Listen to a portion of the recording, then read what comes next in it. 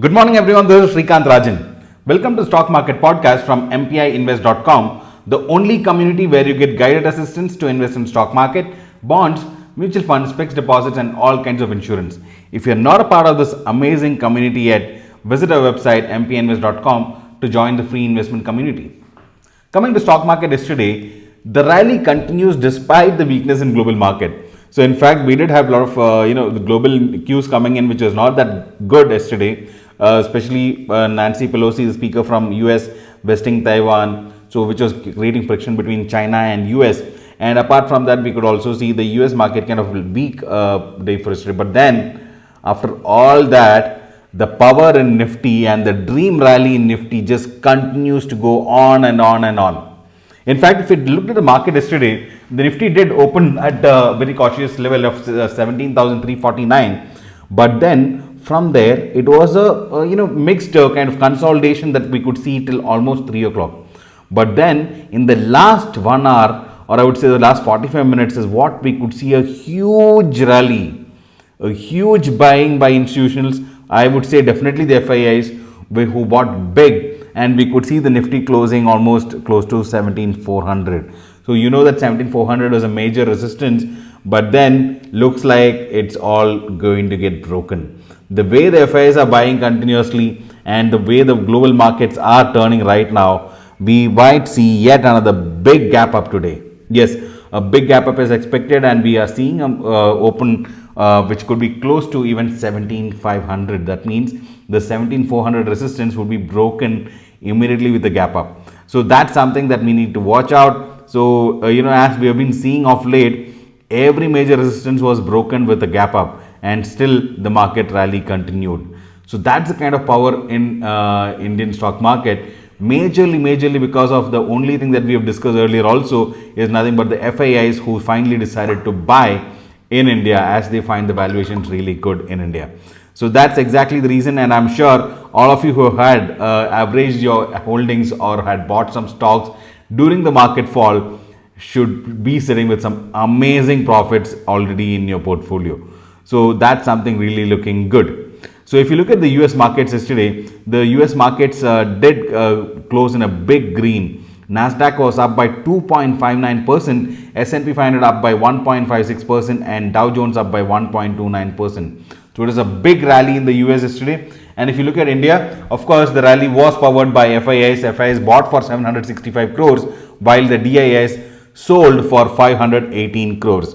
So DIIs who have been supporting the market all this while have started to book some real good profits. So they also must be sitting with some good profits like we are sitting, is it not? So they are booking profits, and this of course is a good time to book profits in all the stocks which has some good holding. So apart from that, but one thing that you need to understand, see the clear sign of FII buying is seen here, because the mid caps are still down. In fact, yesterday when the Nifty closed higher, the mid caps were down 1%. And the small cap index was down 0.38%. So that is clearly showing that it is only the heavyweight buying by the FIIs, because FIIs don't buy much in the mid cap and the small cap sector. So they buy in the large cap sector or in the Nifty 50 sector. And we could see the Nifty 50 was the sole index to go up yesterday. And of course, major buying was seen in the IT sector. So we could see Infosys, Tech Mahindra, all of them going up really well. And it was the major support that came in from the IT, which actually lifted up the Nifty yesterday, I would tell you. So apart from that, we could also see some important news coming in the US, because the PMI data which actually came was really good. So Purchase Managers Index. So that was something really good, and which actually fueled the rally in the US market. Not only that, the Federal Reserve President James Bullard actually has come out and said that US, he may not even go into a recession, and he says that the job gains are something looking good. So with all that, we could see the US market rallying. Now coming to India. Now if you look at India, there was some important data that came in yesterday. One is the trade deficit. So the trade deficit actually has stood at a record $31 billion in July, because of the imports of majorly the crude oil. So with the crude oil prices still hovering around $100 level, so the major imports are still higher, and the exports So if you are not matching them, and that's exactly why the deficit is at $31 billion, which is of course not looking great for India right now. But then the way the FIs are buying right now, all these negative news may not seem to have any effect on the market. Similarly, if you see the Purchase Managers Index, which came for India yesterday, that also has reported that the Purchase Manager Index has contracted to actually 55.5, which is not good. So that is something which is kind of not looking good, because in June it was at 59.2 and in July it's at 55. So that means in India the Purchase Managers Index is kind of coming down. The confidence of buying is actually coming down, majorly because of the inflation, which of course is happening right now. But of course looks like the inflation this August data should be better, because inflation is more under control. But like I've been telling you, when the market is bullish, such news does not affect the market yet. So apart from that, we could also we should also be looking at some important news that is coming from the Reserve Bank of India tomorrow, wherein we are expecting a hike of about 30 to 50 basis points of interest rate. So if RBI sticks to this level, then probably we could see the market continuing or at least consolidating at this level. But I don't think there's any reason for the RBI to actually increase the rates more than 50 BPS. So that's something that we need to watch out. Apart from that, there is a great news for insurance companies. So India is considering one license for all kinds of insurance. That is, a company with one license can actually go into general health as well as all kinds of insurance, which actually could be a great news for the insurance sector, and probably we could see the insurance sector in the positive today. We could also see some good movement in the Reliance today, because Reliance has actually jumped 51 places to secure the 104th rank on the Fortune Global 500 list.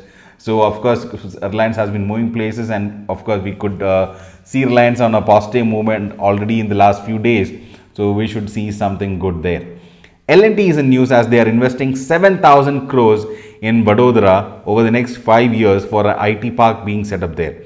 So L&T can be focused. Of course, we already have L&T investments. I am sure it should also get into some good movements. Coming to some important results that came in yesterday, Indigo's result was out, and in fact there is a good news. The losses have actually narrowed down to about 1,064 crores. Of course, majorly because of the fuel price hike and the rupee fall, but then that is okay, I would say. Since the losses have narrowed down, that looks good for Indigo, and probably we could see the stocks actually getting back to track. Adani Power, of course, is something that we don't invest in, but still, yes, their profit has zoomed almost 17 times in the June quarter, majorly because of the robust demand. But I am still wondering, how is Adani able to manage this? I am still not really confident on them. But then, yes, they are doing some magic. Let's see how things go.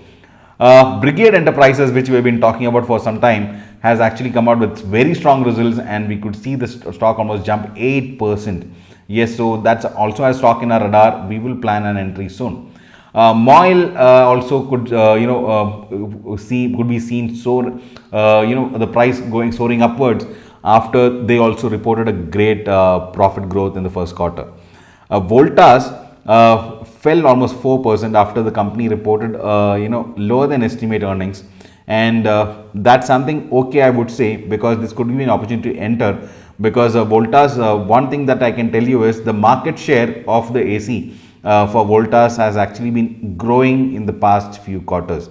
So that is something really good. So a 4% fall can actually be looked at as a good entry point, wherein as the summer comes in, the AC sales may go up, and because of which we could see some real good movement there in Voltas. So that's something that we can look out for. Apart from that, Godrej Consumer Products also came up with results. In fact, they reported net profit of 345 crores, but came in below street estimate of 365 crores. So, we could see them also, when Godrej Consumer Products also kind of for closing slightly down by 0.6%, but that's okay. It's a good company to again continue to be invested in. Adani Wilmar reported a profit of 193 crores, and that is like up 10% from what they had reported a year ago. So that's also kind of okay for Adani Wilmar. and we should be looking at some important results coming in today. So among the most companies which are coming up with results, the most important ones to track for us would be Adani Enterprises, Balkrishna Industries, Berger Paints, Britannia, Dabur, REC and Welspun Corp. So these are key results I would say we would be looking out for. Let's see how they fare in the day today.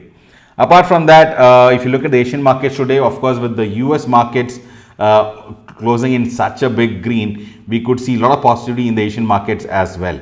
Korea is up by 0.34%, Hong Kong is up by 1.83%, and Shanghai is up by 0.52%. Japan is up by 4.48%. So it's almost every a part of the Asian markets are trading in the green. In fact, if you look at the Indian market, the SGX Nifty is indicating a gap up opening close to 17,480, which is something looking really strong. That means probably the 17,400 support or resistance is actually broken, and because of which we could now expect a new level of support, which could be around 17,350 to 17,400 range. So I would say until 17,350 is broken, we could see a bullish movement upwards, and on the higher sides now 17,500 will act as a resistance, which is going to be difficult today, because today is also the expiry, the first weekly expiry of August. So with that, looking forward to a great day. In fact, being the expiry, we are trading in the Gold Club today, so looking forward to cover up some losses that we had made quick in the last week. So with that, this is Srikant Rajan signing off. But before we leave, do press the like button and share this with your friends to help them learn and invest together with us, and have a profitable day ahead. Goodbye. This is Srikant Rajan signing off.